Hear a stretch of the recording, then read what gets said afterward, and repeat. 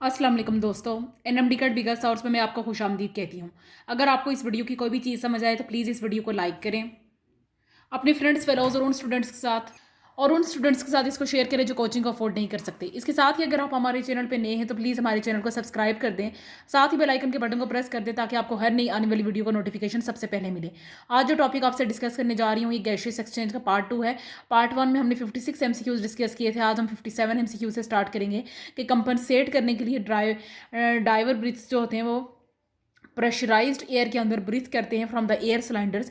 Driver जब deep sea में जाते हैं तो उनकी बॉडी पे एयर सिलेंडर्स अटैच्ड होते हैं और वो उस प्रेशराइज्ड एयर में अपनी सांस लेते हैं which has a greater pressure than the sea level. उनका सी लेवल से या एयर प्रेशर से ज़्यादा ग्रेटर प्रेशर होता है इस एयर सिलेंडर में और वो वहाँ से सांस लेते हैं।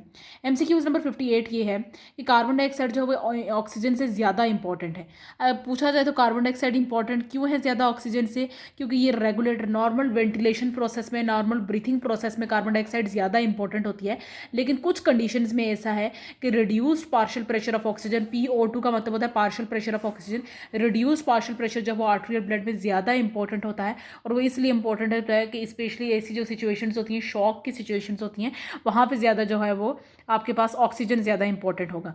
वैसे अगर नॉर्मल ब्रीथिंग प्रोसेस की बात की जाए तो कार्बन डाइऑक्साइड इंपॉर्टेंट है, लेकिन रिड्यूस्ड पार्शियल प्रेशर जो है वो कुछ शॉक की कंडीशंस में इंपॉर्टेंट होता है।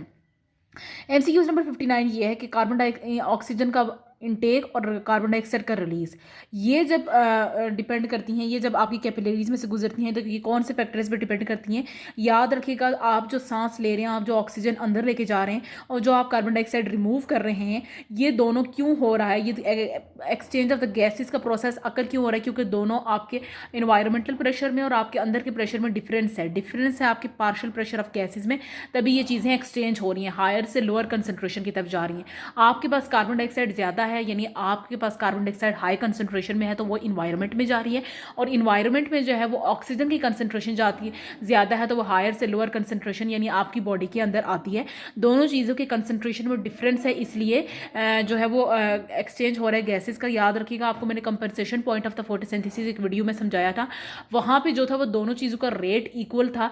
और याद रखिएगा, जहाँ पे दो चीज़ों का रेट इक्वल हो तो कभी भी एक्सचेंज ऑफ द गैसेज नहीं होती हैं। यहाँ पे एक्सचेंज ऑफ द गैसेज इसी वजह से हो रही है कि यहाँ पे डिफरेंस है प्रेशर में। पॉइंट नंबर 2 ये है कि जब ब्लड लंग में कैसे सेपरेट किया जाता है एल्व्यूलर एयर से, तो कैपिलरीज के जरिए सेपरेट किया जाता है। ब्लड जो लंग में है उसको एयर से कैसे सेपरेट किया जा सकता है, तो एल्व्यूलाई के जरिए से, कैपिलरीज ऑफ एल्व्यूलाई के जरिए से। ठीक है। पॉइंट नंबर 3 ये है कि rich network of capillaries surrounding the alveoli. Blood जो है हर थिन लेयर में डिस्ट्रीब्यूट किया जाता है, कोई ऐसी कैपिलरीज की वो थिन लेयर नहीं है जहाँ पे ब्लड डिस्ट्रीब्यूट ना किया गया हो। MCQs नंबर 16 ये है कि amount of oxygen in inhaled air. Oxygen की अमाउंट इनहेल्ड एयर में कितनी है, तो 21% है। कार्बन डाइऑक्साइड की अमाउंट जो वो एक्सहेल्ड एयर में कितनी है, तो वो 4% है। नाइट्रोजन की अमाउंट इनहेल्ड और एक्सहेल्ड एयर दोनों में 79% है। कार्बन डाइऑक्साइड की अमाउंट जो इनहेल्ड एयर में कितनी है, तो वो 0.04% है। ऑक्सीजन की अमाउंट एक्सहेल्ड एयर में कितनी है, तो वो 16% है। MCQs नंबर 65 ये है कि एडल्ट ह्यूमन बींग में, एक नौजवान बंदे में जब लंग्स फुली इन्फ्लेटेड होते हैं तो लंग्स के अंदर कितनी कैपेसिटी होती है, 5 लीटर कैपेसिटी है वॉल्यूम। ठीक है। MCQs नंबर 66 ये है कि जब volume of the air taken inside the lung and expelled during the exercises, जब आप एक्सरसाइज कर रहे होते हैं तो आपके अंदर जो हवा जाती है या जो एक्सपेल्ड होती है वापस बाहर निकाली जाती है, तो कितने होती है, 3.5 लीटर्स।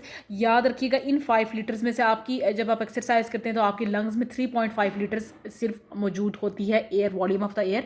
MCQs नंबर 77 में मौजूद कहा जा रहा है, 67 में कहा जा रहा है कि अदर वर्ड्स में हम ये भी कह सकते हैं कि 1.5 लीटर वो वॉल्यूम है जो आपकी बॉडी से, आपके लंग्स से जो है वो एक्सरसाइज के दौरान भी नहीं निकाला जा सकता।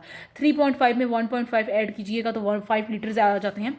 तो कहा जाता है कि 3 आपकी बॉडी में वॉल्यूम ऑफ द एयर जो है लंग्स में 3.5 लीटर्स रह जाता है एक्सरसाइज में, एक्सरसाइज के दौरान। और दूसरे लफ्ज़ों में अगर हम बात करें तो 1.5 लीटर वो वॉल्यूम है जो एक्सरसाइज के दौरान भी आपकी बॉडी से नहीं निकाला जा सकता। ये MCQs नंबर 66 और 67 दोनों एक ही बात है, दोनों को अलग तरीके से पेश किया गया है।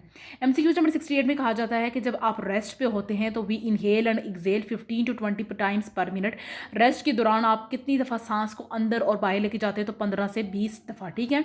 MCQs नंबर 69 होता है कि जब आप एक्सरसाइज करते हैं तो ब्रीथिंग रेट जो है वो 30 टाइम्स इंक्रीज हो जाता है, यानी एक्सरसाइज के दौरान आप कितनी दफ़ा सांस अंदर और बाहर लेके जाते हैं, तो 30 टाइम्स अप्रॉक्सीमेटली।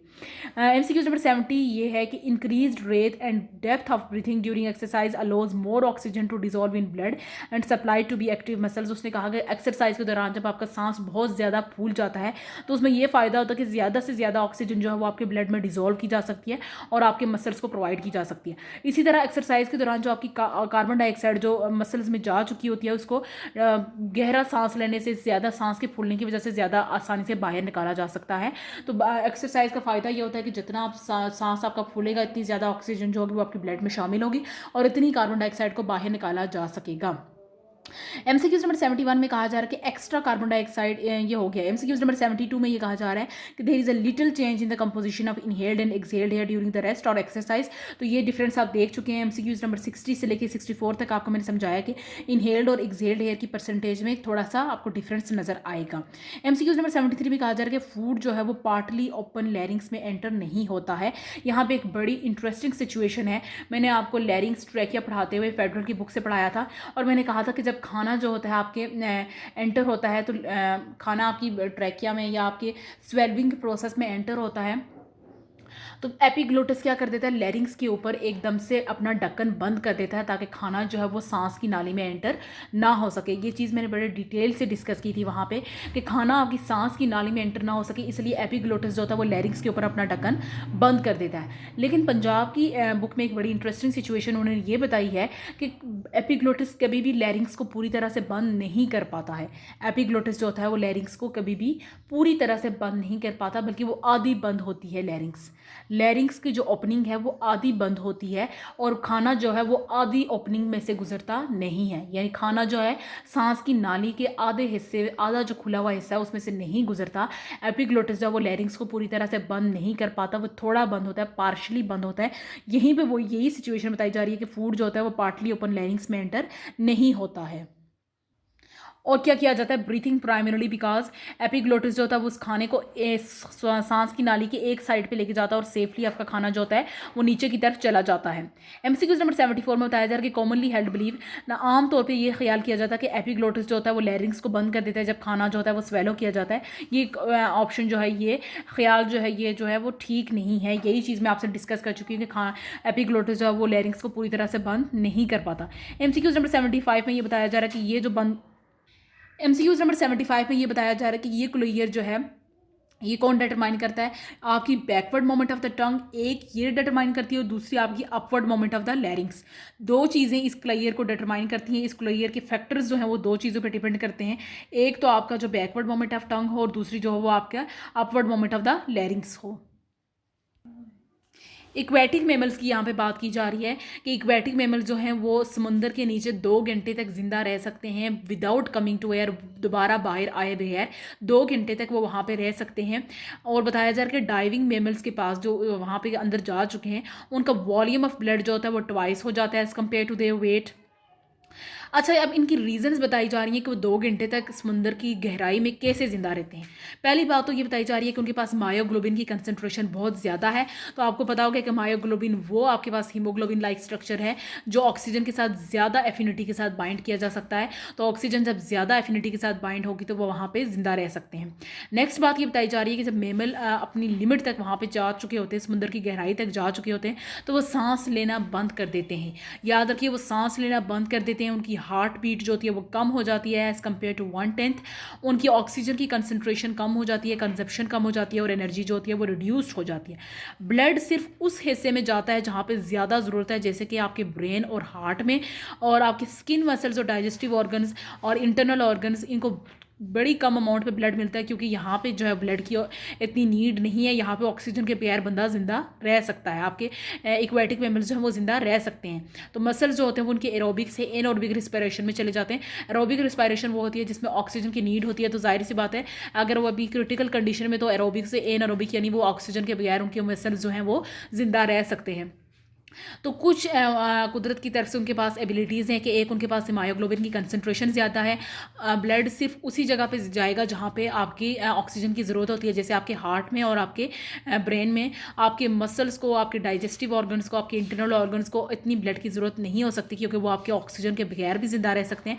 तो उनको कम ब्लड सप्लाई किया जाता है और आपके मसल्स जो होते हैं वो एरोबिक से एरोबिक रिस्पायरेशन में कन्वर्ट हो जाते हैं। इस तरह जो है एक्वेटिक मैमल जो है वो 2 घंटे से ज़्यादा तक अंदर रह सकते हैं। इसके साथ ही मैं अपनी वीडियो से इजाज़त लूँगी। उम्मीद है आपको ये टॉपिक समझ आ गया है। फिर भी अगर आपको कोई चीज़ समझ नहीं आ सकती तो आप उसे कमेंट सेक्शन में पूछ सकते हैं। ओके जी, अल्लाह हाफिज़।